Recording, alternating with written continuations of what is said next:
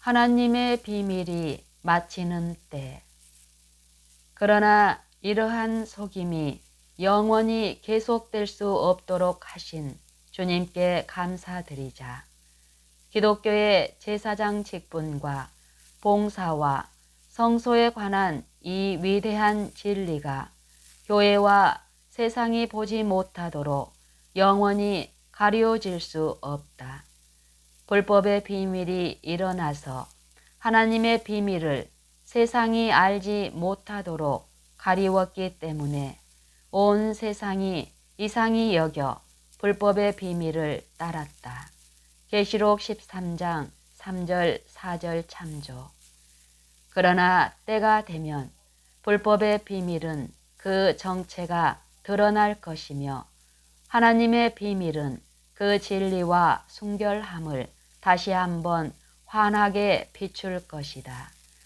다시는 가리워지지 않고 그 큰 목적을 이루어 완전히 마칠 것이다. 이것을 이렇게 말하고 있다. 일곱째 천사가 소리내는 날, 그 나팔을 불게 될 때에 하나님의 비밀이 그 종 선지자들에게 전하신 복음과 같이 이루리라. 계시록 10장 7절. 그리스도와 사도들의 시대에 하나님의 비밀이 전에 없이 충만히 나타나서 모든 민족으로 믿어 순종케 하시려고 전파되었다. 로마서 16장 25절 26절. 세상이 시작할 때부터 그때까지 이 비밀이 하나님 안에 감추어 있었고 만세와 만대로부터 오므로 감추어 있었으나 그때에 그의 성도들에게 나타났고 하나님이 그들로 하여금 이 비밀의 영광이 이방인 가운데 어떻게 풍성한 것을 알게 하려 하심이라. 이 비밀은 너희 안에 계신 그리스도시니 곧 영광의 소망이니라. 우리가 그를 전파하여 각 사람을 권하고 모든 지혜로 각 사람을 가르침은 각 사람을 그리스도 안에서 완전한 자로 세우려 함이니. 골로새서 1장 26절로 29절, 에베소서 5장 9절, 3장 3절, 5절, 9절. 그러나 이와 동시에 사도 시대에도 불법의 비밀이 이미 활동하였다. 이 불법의 비밀이 계속 활동하여 드디어는 세계를 지배하는 세상의 권세를 얻었으며 심지어는 지존하신 하나님의 성도들과 때와 법 위에 군립하는 권세를 얻었다. 만왕의 왕을 대적하고 스스로 높아져서 백성의 주제가 되고 하나님이 경배받는 곳에 앉아서 하나님으로 행세하고 있었다. 이와 같이 다시 그러나 이 때는 하나님 안에 감추어 있지 않았지만 하나님의 비밀이 모든 시대와 모든 세대로부터 감추어지게 되었다. 그러나 이제 다시 일곱째 천사가 소리 내는 날인 지금 모든 시대와 모든 세대로부터 다시 감추어졌던 하나님의 비밀이 그의 성도들에게 나타났고 이제 하나님이 그들로 하여금 이 비밀의 영광이 이방인 가운데 어떻게 풍성한 것을 알게 하려 하심이라. 이 비밀은 너희 안에 계신 그리스도시니 곧 영광의 소망이니라. 우리가 그를 전파하여 각 사람을 권하고 모든 지혜로 각 사람을 가르침은 각 사람을 그리스도 안에서 완전한 자로 세우려 함이니. 이것은 이미 인용한 바와 같이 그 종 선지자들에게 전하신 복음을 따른 것이다. 지금 우리 시대에 하나님의 비밀이 이루리라고 말한 선지자는 반모섬의 선지자만은 아니다. 하나님의 천사가 반모섬의 선지자에게 환상에서 이 말을 하였지만 이와 같은 말은 이미 오래전에 그 종 선지자들에게 전했다. 그러므로 반모섬에서 한 이 말씀은 하나님이 오래전에 그 종 선지자들에게 말한 것이 지금 틀림없이 이루어지고 더 이상 지체되지 않을 것을 천사가 말했을 뿐이다. 천사가 전한 말은 모두 이렇다. 내가 본 바 바다와 땅을 밟고 섰는 천사가 하늘을 향하여 오른손을 들고 세세토록 살아계신 자, 곧 하늘과 그 가운데 있는 물건이며 땅과 그 가운데 있는 물건이며 바다와 그 가운데 있는 물건을 창조하신 이를 가리켜 맹세하여 가로되 지체하지 아니하리니 일곱째 천사가 소리내는 날 그 나팔을 불게 될 때에 하나님의 비밀이 그 종 선지자들에게 전하신 복음과 같이 이루리라. 계시록 10장 5절로 7절. 이 일을 어느 누구보다도 더욱 충분하고도 분명하게 전한 선지자는 다니엘이었다. 다니엘은 이 작은 뿔이 일어나는 것을 보았으며 스스로 높아져서 군대의 주제까지 되어 만왕의 왕을 대적하고 진리와 성소를 땅에 던져 유린하는 것을 보았을 뿐만 아니라 같은 이상에서 그리스도의 진리와 성소가 이 작은 뿔의 세력에서 구원받고 그 무도한 유린에서 건짐을 받아 지상에서 원래 속했던 하늘로 올라가는 것을 보았다. 하늘의 존재들이 이상의 이 부분에 매우 관심을 가진 것 같이 보였다. 다니엘은 이렇게 말하고 있다. 내가 들은즉 거룩한 자가 말하더니 다른 거룩한 자가 그 말하는 자에게 묻되 이상에 나타난 매일 드리는 제사, 계속적인 봉사와 이상에 나타난 매일 드리는 제사, 곧 계속적인 봉사와 망하게 하는 제약에 대한 일과 성소와 백성이 내어준 바 되며 짓밟힐 일이 어느 때까지 이룰고 하매 그가 내게 이르되 2300주야까지니 그때의 성소가 정결하게 함을 입으리라 하였느니라. 그때의 성소가 정결하게 함을 입으리라 하였느니라. 다니엘 8장 13절 14절. 그때의 가브리엘 천사가 다니엘에게 이상을 깨우쳐 주도록 하라는 명령을 받았다. 가브리엘이 설명하기 시작했다. 그러나 설명하는 도중에 여러 날 후에 일의 문제에 이르렀을 때에 놀랍고 무시무시한 일들이 이상에 나타났으므로 선지자는 기절초풍하여 이렇게 말하고 있다. 이에 나 다니엘이 혼절하여 수일을 앓다가 일어나서 왕의 일을 보았느니라. 내가 그 이상을 인하여 놀랍고 그 뜻을 깨닫는 사람도 없었느니라. 다니엘 8장 27절. 여기까지 설명했을 때는 쉽게 깨달았다. 수양이 메대와 바사의 왕들이며 우악스러운 수염소는 헬라의 왕이라는 설명을 똑똑히 들었으며 헬라 다음에 오는 큰 세력도 이미 다니엘 2장과 7장에서 설명했으므로 천사가 여기까지 설명할 때에 쉽게 이해할 수 있었다. 그러나 가장 중요한 곳을 설명하는 도중에 다니엘이 기절하였다. 그래서 가장 중대한 대목을 놓쳤으므로 그 뜻을 깨닫는 사람도 없었다. 그렇지만 선지자는 이상을 깨닫고자 부지런히 노력하였다. 바벨론 멸망 후 메대와 바사의 왕 원년에 천사 가브리엘이 다시 다니엘에게 와서 말했다. 다니엘아, 내가 이제 네게 지혜와 총명을 주려고 나왔나니. 다니엘 9장 1절 22절. 가브리엘이 온 것은 다니엘이 기절했을 때에 설명한 그 대목의 이상을 가르쳐 주기 위해서였다. 그래서 먼저 다니엘의 주의를 그 이상으로 돌리게 한 다음 이렇게 말했다.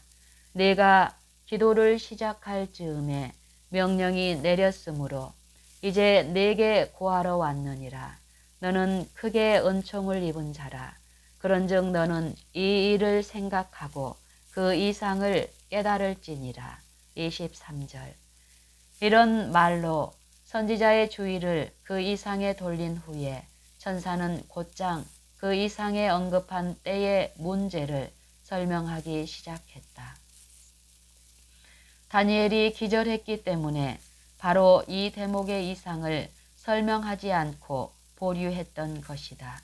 천사는 이렇게 말했다. 내 백성과 내 거룩한 성을 위하여 70일에로 기한을 정하였나니. 24절. 기한을 정하였다는 말은 한정하다, 제한하다, 한계를 표시하여 정하다라는 뜻이다. 전번에 이 이상을 설명하면서 천사는 시간의 문제, 곧 여러 날, 2300주야에 부딪혔었다. 이제 다니엘에게 그 이상을 생각해 보자고 말하면서 즉시 이 날들에 관하여 이야기하고 그와 관련된 사건들을 설명하기 시작한다. 70일에 곧 490일을 유대 백성과 예루살렘을 위하여 한정 및 제한하였으며 또 이것은 역시 유대 백성과 예루살렘을 하나님의 선택한 백성과 도성으로서의 한계선을 그어 놓았다. 이것은 예언적인 날이며 예언에서 모든 날은 1년이다. 그러므로 70주야 곧 490일은 2300주야 곧 2300년 중 490년이 되는 것이다. 이와 같이 490년에 관하여 천사는 다음과 같이 이야기하고 있다. 그러므로 너는 깨달아 알지니라. 예루살렘을 중건하라는 영이 날 때부터 기름 부음을 받은 자, 곧 왕이 일어나기까지 7일회와 62일회가 지날 것이요. 그때 곤란한 동안에 성이 중건되어 거리와 해자가 이룰 것이며 62일회 후에 기름 부음을 받은 자가 끊어져 없어질 것이며 장차 한 왕의 백성이 와서 그 성읍과 성소를 해파하려니와 그의 종말은 홍수의 엄몰됨 같을 것이며 또 끝까지 전쟁이 있으리니 항폐할 것이 작정되었느니라. 그가 장차 많은 사람으로 더불어 한 일해 동안의 언약을 굳게 정하겠고 그가 그 일해의 절반에 제사와 예물을 금지할 것이며 또 잠포하여 미운 물건이 날개를 의지하여 설 것이며 또 이미 정한 종말까지 진노가 황폐케 하는 자에게 쏟아지리라 하였느니라. 다니엘 9장 25절로 27절. 여기에서 언급하고 있는 예루살렘 중건령은 기원전 457년에 내렸으며 이것을 에스라 7장에서 기록하고 있다. 이 중건령이 바벨론에서 에스라에게 먼저 내렸다. 에스라에게 모든 권한을 위임하여 예루살렘 중건 공사에 소요되는 모든 인력과 자재 및 거기서 하나님께 드리는 예배에 필요한 모든 기물을 가지고 바벨론을 떠나도록 하였으며 둘째로 유브라데스 강 서편 모든 고지기에게 조서를 내려 에스라가 중건 공사를 하는 데에 소요되는 것 일체를 공급하도록 하였다. 에스라가 예루살렘에 도착한 때는 그의 5월이었다.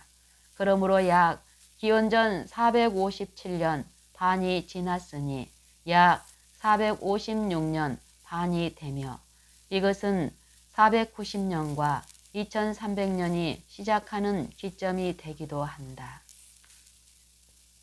그때부터 483년을 계산하면 기름 부음을 받은 자, 곧 왕이 일어나기까지 이르며 서력 기원으로 환산하면 서기 26년 반, 곧 27년에 이른다.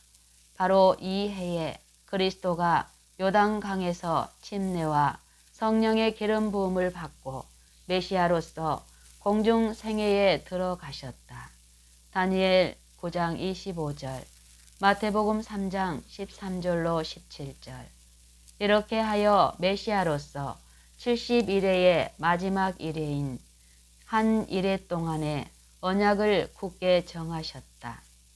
그러나 그 일회의 중간에 그가 십자가에서 자신을 희생 제물로 바쳐서 제사와 예물을 금지할 것이다. 그 일회의 중간은 서기 27년 가을부터 계산하여 7년 중에 3년 반이 마치는 때이다. 이와 같이 계산하면 서기 31년 봄에 구세주가 십자가에 돌아가신 바로 그때이며 유일한 속죄물인 자신을 바쳐서 제사와 예물을 영원히 끝나게 하셨다. 그때에 지상 성전의 휘장이 위로부터 아래까지 찢어져 둘이 되었다. 이것은 거기서 드리는 하나님의 예배가 끝나고 지상 성소는 쓸모없게 되었다는 것을 보여주었다. 아직도 70번째 일회의 마지막 절반이 유대인과 예루살렘에게 특별 은총의 기간으로 남아있다. 이 남아있는 기간은 서기 31년 봄에 시작하여 34년 가을에 마친다.